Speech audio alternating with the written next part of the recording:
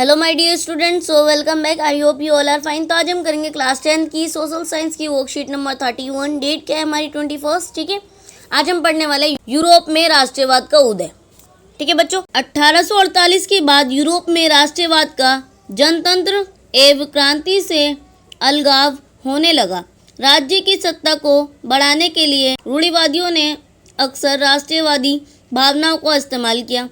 यद्यपि मध्यवर्गीय जर्मन लोग ने 1848 में जर्मन महासंघ के विभिन्न इलाकों को जोड़कर एक राष्ट्र राज्य बनाने का प्रयास किया था, मगर इसे राजशाही और फौजी की ताकत द्वारा मिलकर दबा दिया गया। इसके पश्चात प्रशा ने राष्ट्रीय एकीकरण के आंदोलन का नेतृत्व संभाल लिया। जर्मनी का एकीकरण यानी कि बच्चों राष्ट्रवाद में यूरोप में राष्ट्रवाद यानी कि जब उसको एकीकरण जब होना था तो क्या हुआ, एकीकरण करने के लिए काफ़ी ज़्यादा क्रांति वगैरह सब हुई, बट सक्सेस नहीं हो पाई, है ना।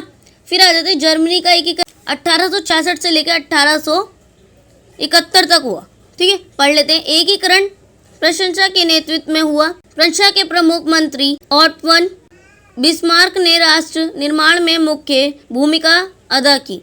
फिर थर्ड है हमारे 7 वर्ष के दौरान ऑस्ट्रेलिया, डेनमार्क और फ्रांस से 3 युद्धों में प्रशंसा की जीत हुई और एकीकरण की प्रक्रिया पूरी हुई। 1871 में केसर विलियम प्रथम को नए साम्राज्य का राजा घोषित किया गया। जर्मनी के एकीकरण ने यूरोप में प्रेस्टीज को महाशक्ति में के रूप में स्थापित किया। लास्ट हमारा नए जर्मन राज्य में मुद्रा, बैंकिंग एवं न्याय व्यवस्थीकरण पर जोर दिया गया, ठीक है। फिर आ जाते हैं इटली का एकीकरण 1859 से लेकर 1870 तक। इटली 7 राज्यों में बटा हुआ था। 1830 के दशक में जूसेपी मैत्रियस ने इटली के एकीकरण के लिए कार्यक्रम प्रस्तुत किया। फिर 1830 से लेकर 1838 के क्रांतिकारी विद्रोही असफल हुए। 1859 में फ्रांस से सार्डिनिया पिडमोस्ट ने एक चतुर कूटनीति संधि की, जिसके माध्यम से उन्हें ऑस्ट्रियाई बलों को हरा दिया। 1861 में हमेनुअल द्वितीय को एकीकृत इटली का राजा घोषित किया गया, ठीक है। फिर आ जाते हैं नीचे काउंट कैमिलो दे कावुर, चलिए पढ़ते हैं। वह सार्डिनिया पोर्टमोट का प्रमुख मंत्री था। उसने इटली के प्रदेशों को एकीकृत करने वाले आंदोलन का नेतृत्व किया। हालांकि वह स्वयं ना तो एक क्रांतिकारी था और ना ही राजतंत्र में विश्वास रखने वाला। फ्रांस के साथ की गई चतुराई संघ के पीछे कावुर का हाथ था, जिसके कारण ऑस्ट्रिया के हराया जा सका। एक इटली का एकीकरण संभव हो सका। जूसेपी गैरिबोल्डी वह नियमित सेना का हिस्सा नहीं था। उसने इटली के एकीकरण के लिए शस्त्र स्वयंसेवकों का नेतृत्व किया। 1860 में वह दक्षिण इटली और 2 सिसिलियों के राज्य में प्रवेश कर गए। स्पेनिश शासकों को हटाने के लिए स्थानीय किसानों का समर्थन पाने में सफल रहे। उनसे दक्षिणी इटली एवं सिसिली को राजा हेमुनिल द्वितीय को सौंप दिया और इस प्रकार इटली का एकीकरण संभव हो सका, ठीक है बच्चों। आई होप समझ में आ गया होगा आपको। अब कुछ क्वेश्चंस नीचे दिए। क्वेश्चन नंबर फर्स्ट आपका इटली के एकीकरण पर एक निबंध लिखिए। सेकंड आपका एकीकृत जर्मनी का राजा कौन था। फिर थर्ड है आपका जर्मनी के एकीकरण की विशेषताओं का वर्णन कीजिए। फोर्थ है आपको ऐसे क्यों लगता है कि 1848 के बाद यूरोप में राष्ट्रवाद लोकतंत्र एवं राज्यवाद से अपने जुड़ाव से दूर होता चला गया, ठीक है। तो आप इसका क्वेश्चन नंबर फर्स्ट देख लेते हैं।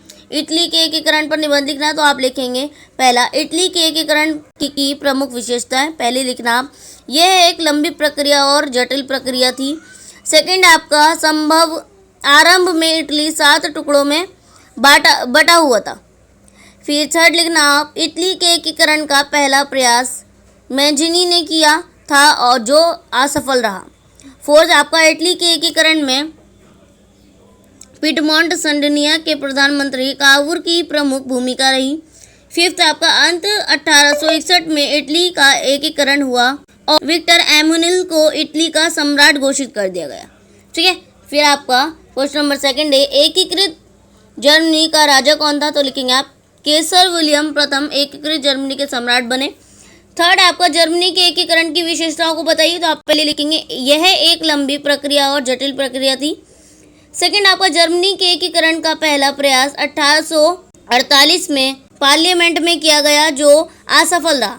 थर्ड रहेगा आपका जर्मनी के एकीकरण के वास्तुकार पर्शिया के प्रधानमंत्री ऑटो वॉन बिस्मार्क थे। फोर्थ रहेगा आपका बिस्मार्क ने जर्मन एकीकरण के रक्त तथा लोह की नीति अपनाई।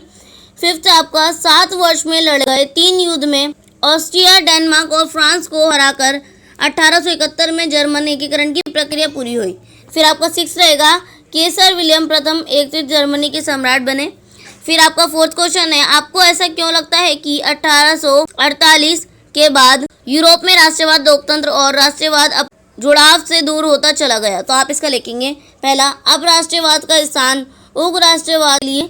फिर सेकंड पॉइंट रहेगा आपका, अब उपनिवेशवाद और युद्ध को राष्ट्रवाद का भाग समझा जाने लगा। और थर्ड आपका रहेगा, राष्ट्र को शक्तिशाली बनाने के लिए लोकतंत्र की बजाय तानाशाही पर जोर दिया जाने लगा। ठीक है बच्चों, तो चारों क्वेश्चंस के आंसर हो गए हैं। बेहद ही इंपॉर्टेंट क्वेश्चन और ये वर्कशीट भी आपकी बेहद ही इंपॉर्टेंट थी। ठीक है, आई होप आप लोगों को वर्कशीट समझ में आ गई होगी। सो प्लीज़ चैनल को सब्सक्राइब करना मत भूलिएगा और बेल आइकन को भी प्रेस कीजिएगा। तो चलिए मिलते हैं नेक्स्ट वीडियो में, तब तक के लिए take care and good bye.